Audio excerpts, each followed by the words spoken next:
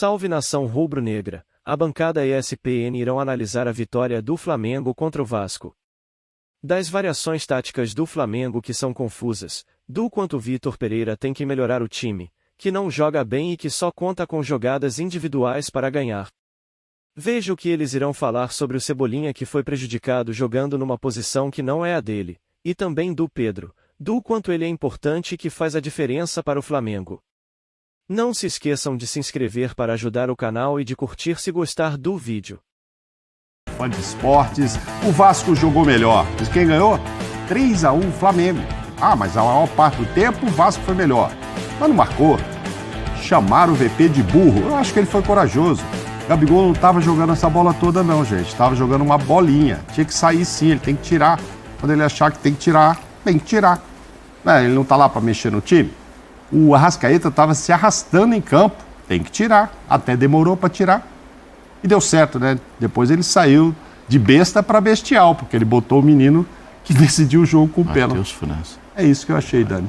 É verdade, o Matheus França acabou resolvendo ali, sofre o pênalti, o Pedro vai lá, cobra, faz mais um gol. Ô, Djalminha, vou te dar uma boa noite aqui, ó. Você saiu do camarote, você sabe que aquele camarote tem dono, ele te empresta às sextas-feiras, né? Mas verdade. aquele camarote ali, aquela área VIP ali, amigo, é abençoado, não tem jeito não.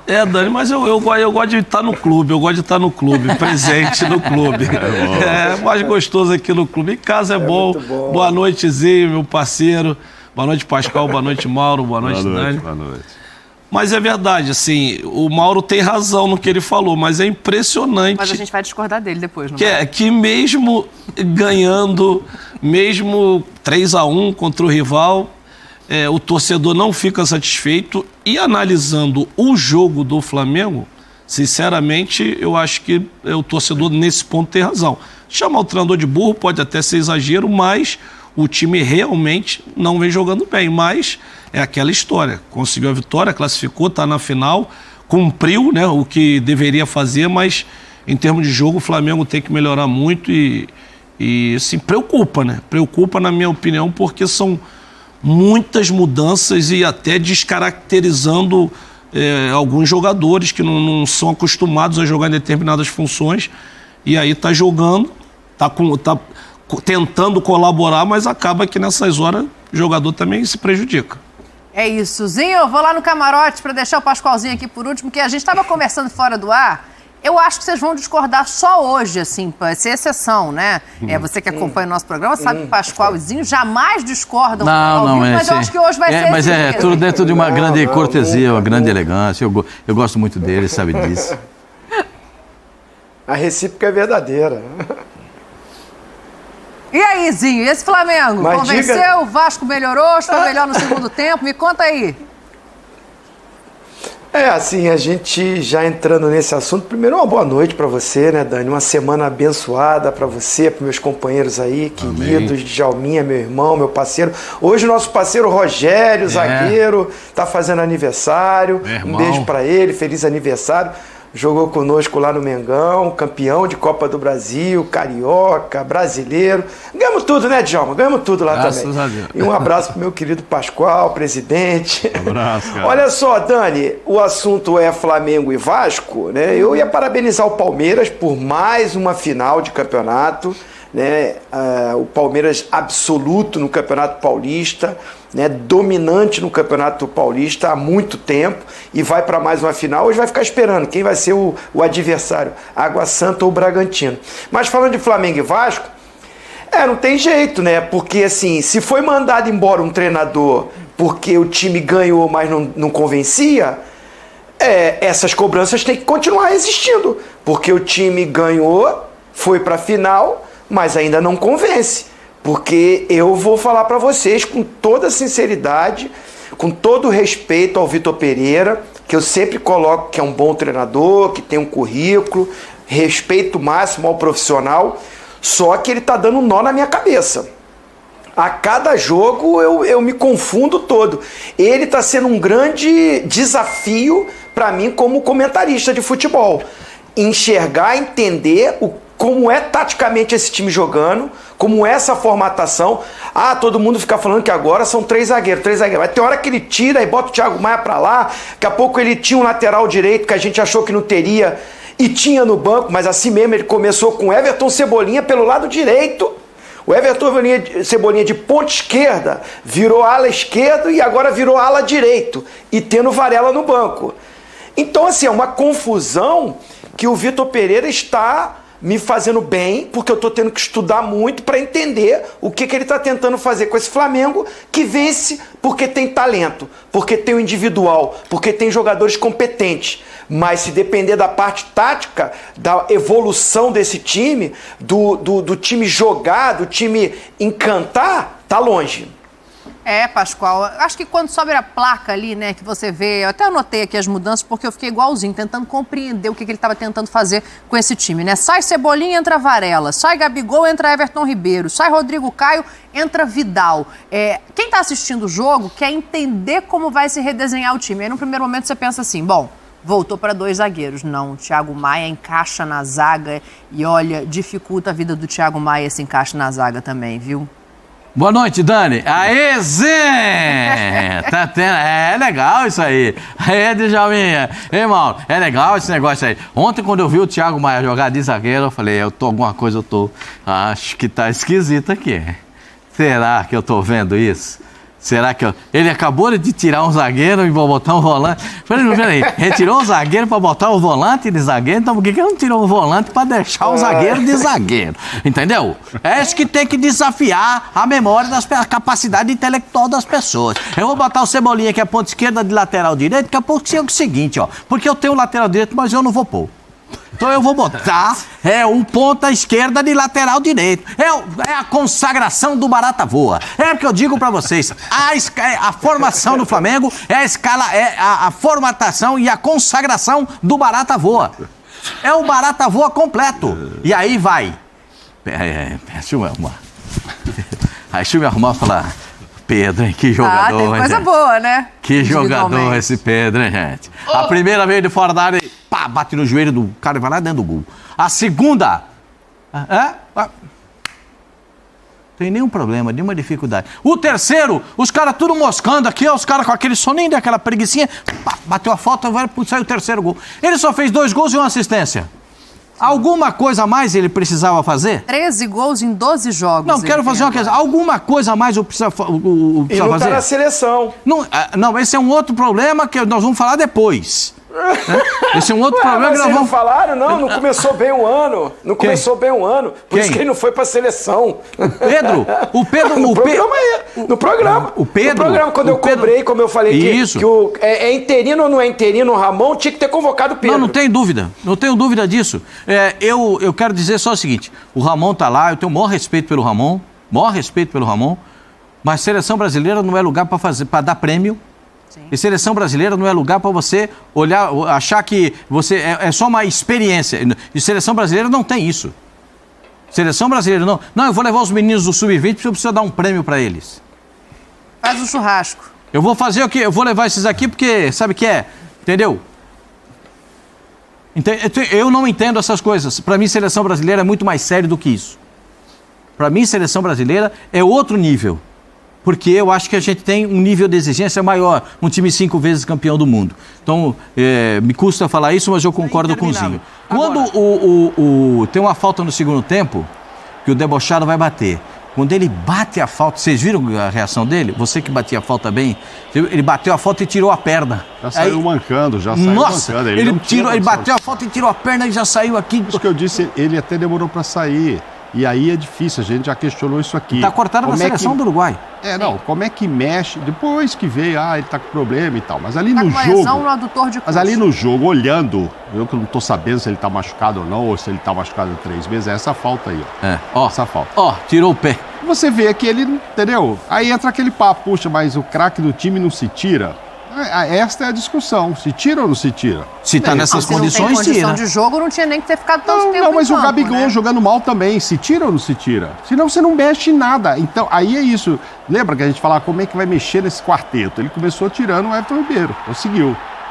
E é difícil você chegar ali e falar assim, não tô gostando do Arrascaeta e do Gabigol, eu vou tirar. Se meu time tá voando, tudo bem, todo mundo me aplaude. Se não tá, mas se ele olhando o jogo, Não que ele fez com isso, eu concordo com o Pascoal, com o Zinho, com a bagunça que ele está fazendo, o jeito, não tem um estilo ainda pra gente falar, tirou isso para fazer isso e tal.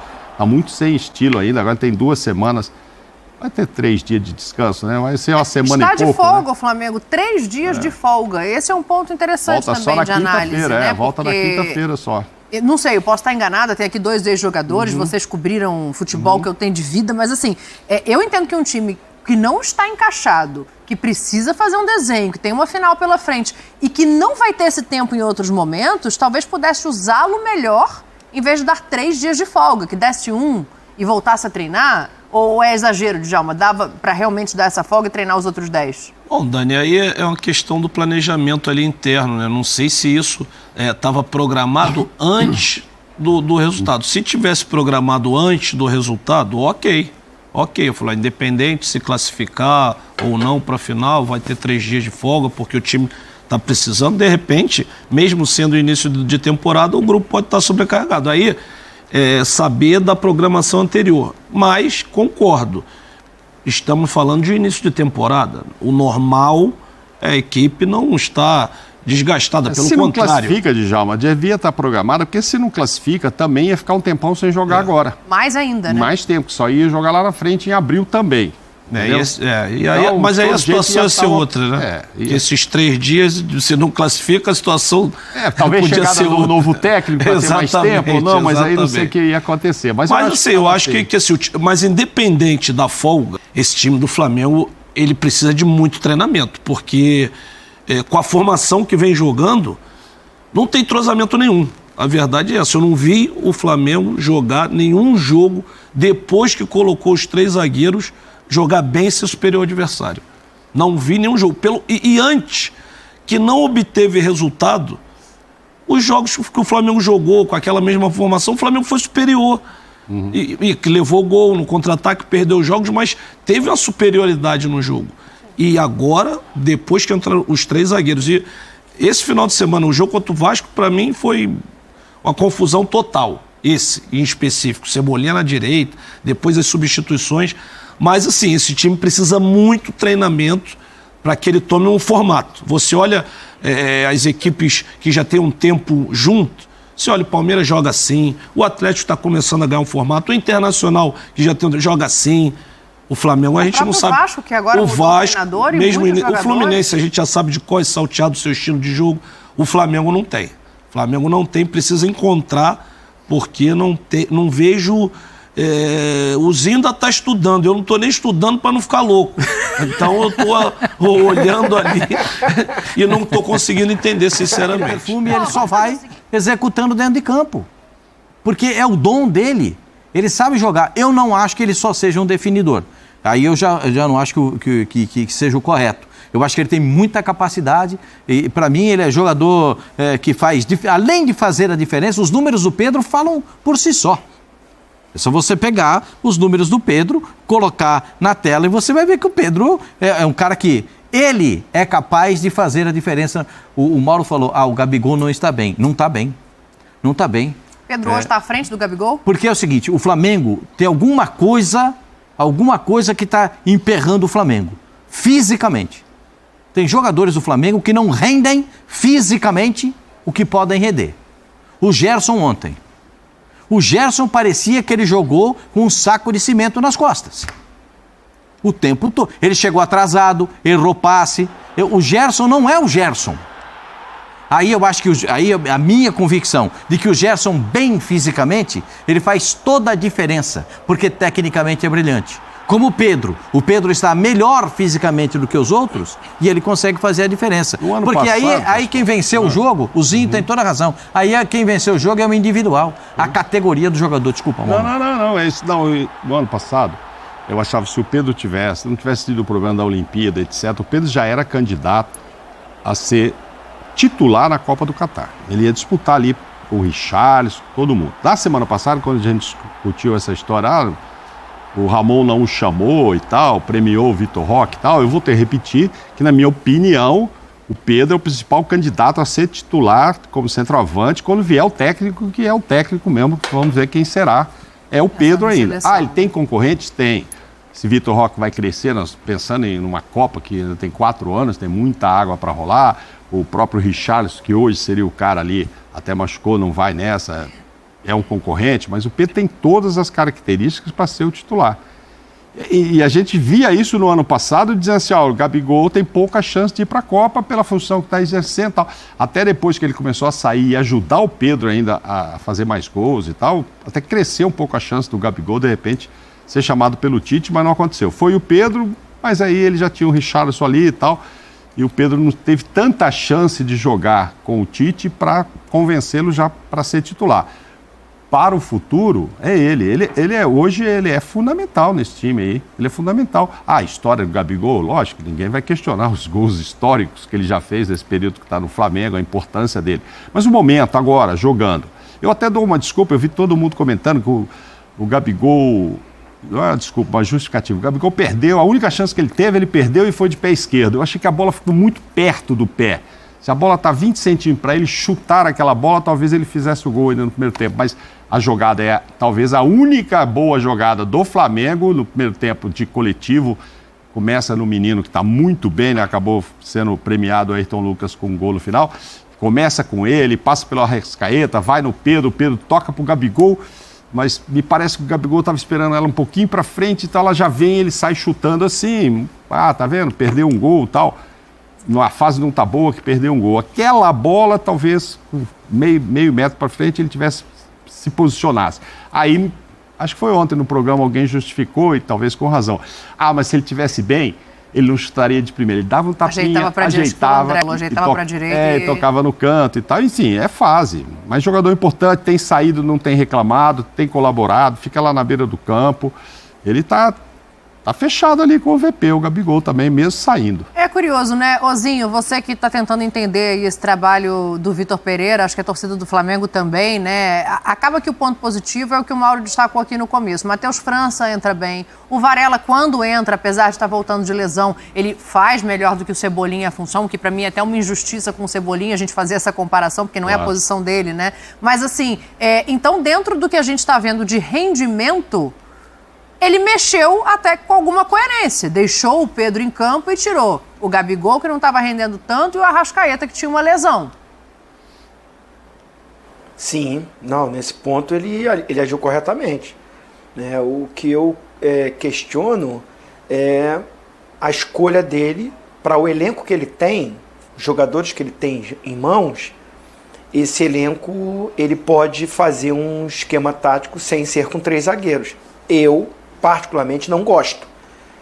Acho que não é isso que vai proteger o sistema defensivo do Flamengo, porque parou de tomar gol? Não parou de tomar gol.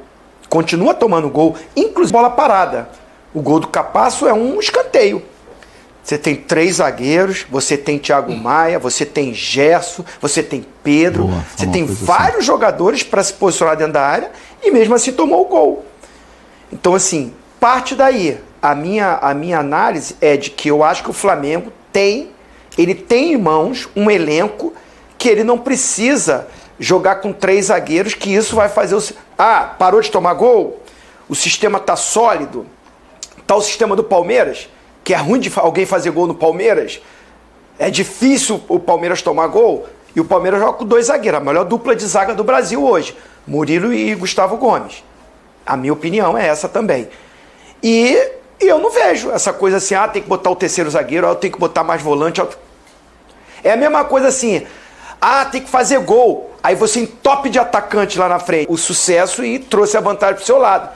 Então, assim, num campeonato carioca, os times ainda estão se formando. A gente tá falando do Flamengo, mas tô falando Rio de Janeiro, tá? Botafogo, Fluminense. O Fluminense não, Botafogo e o Vasco ainda estão se arrumando, se organizando, com problemas, e não tem o elenco que o Vitor Pereira tem na mão.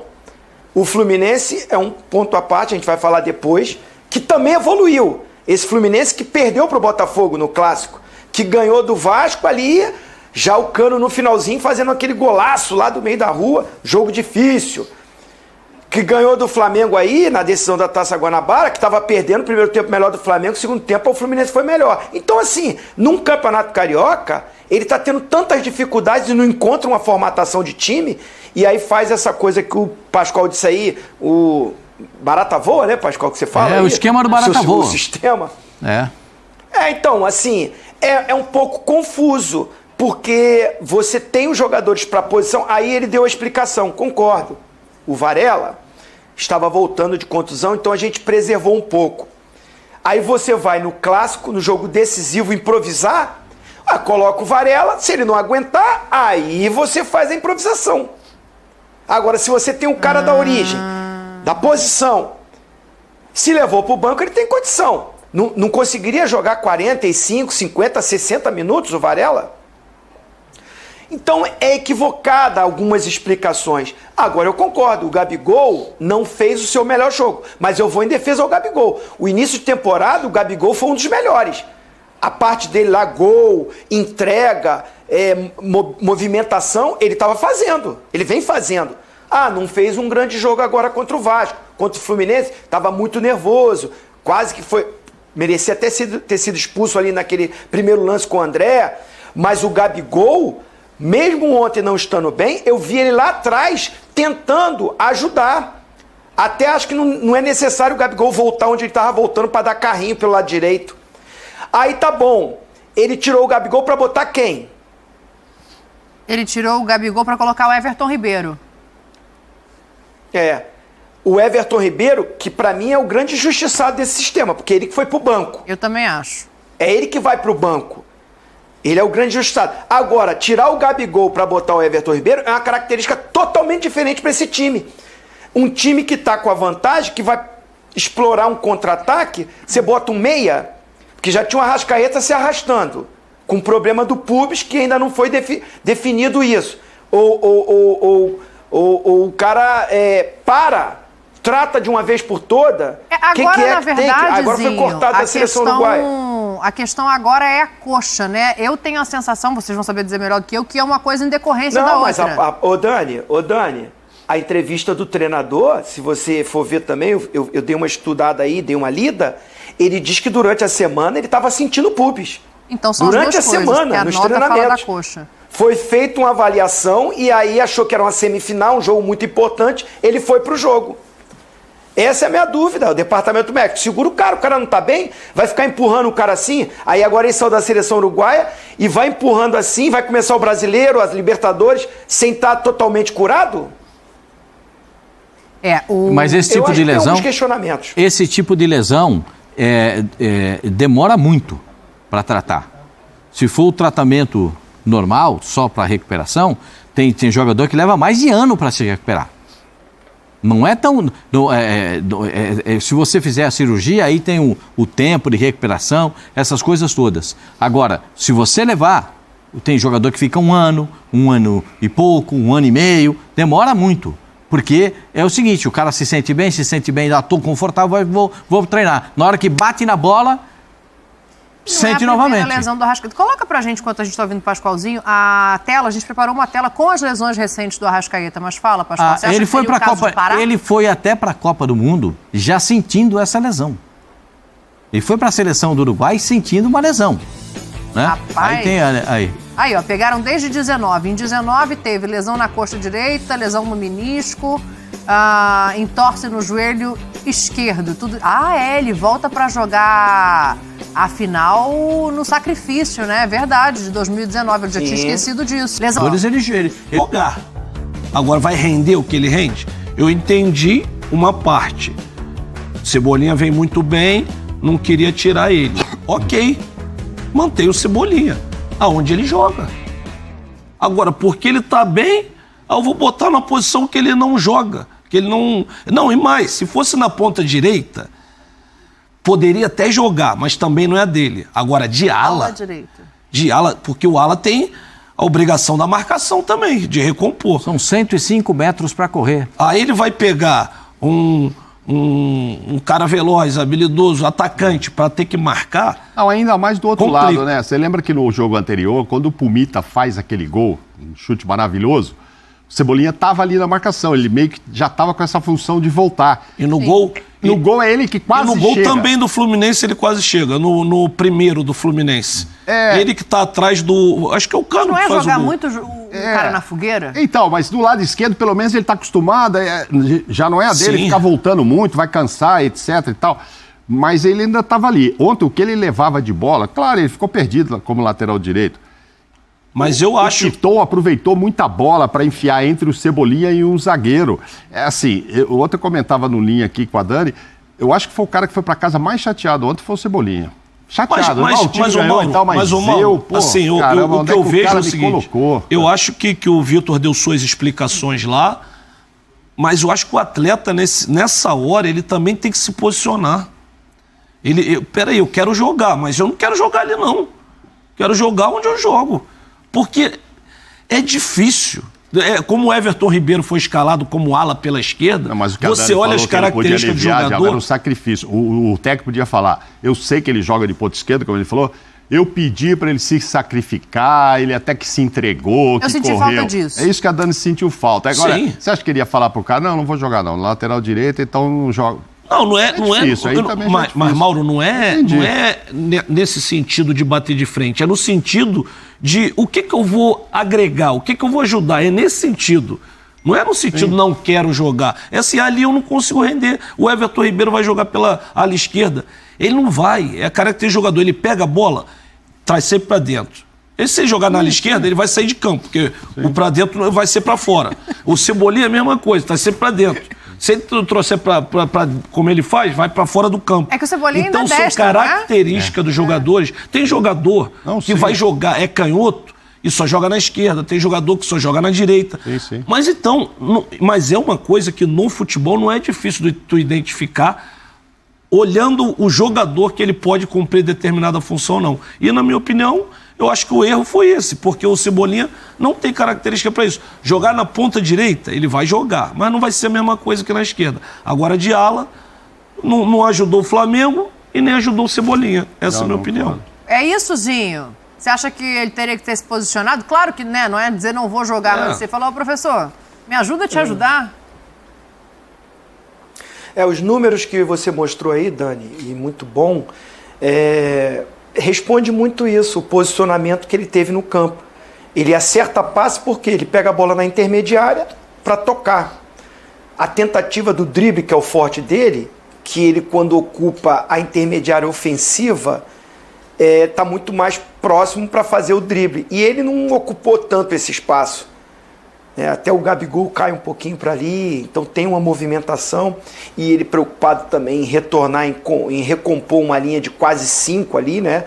Porque ele voltava como ala, isso dificultou, e os números mostram isso. Agora, eu acho assim, eu não quero cometer um equívoco, ser injusto com o Vitor Pereira, porque a gente não está lá no dia a dia.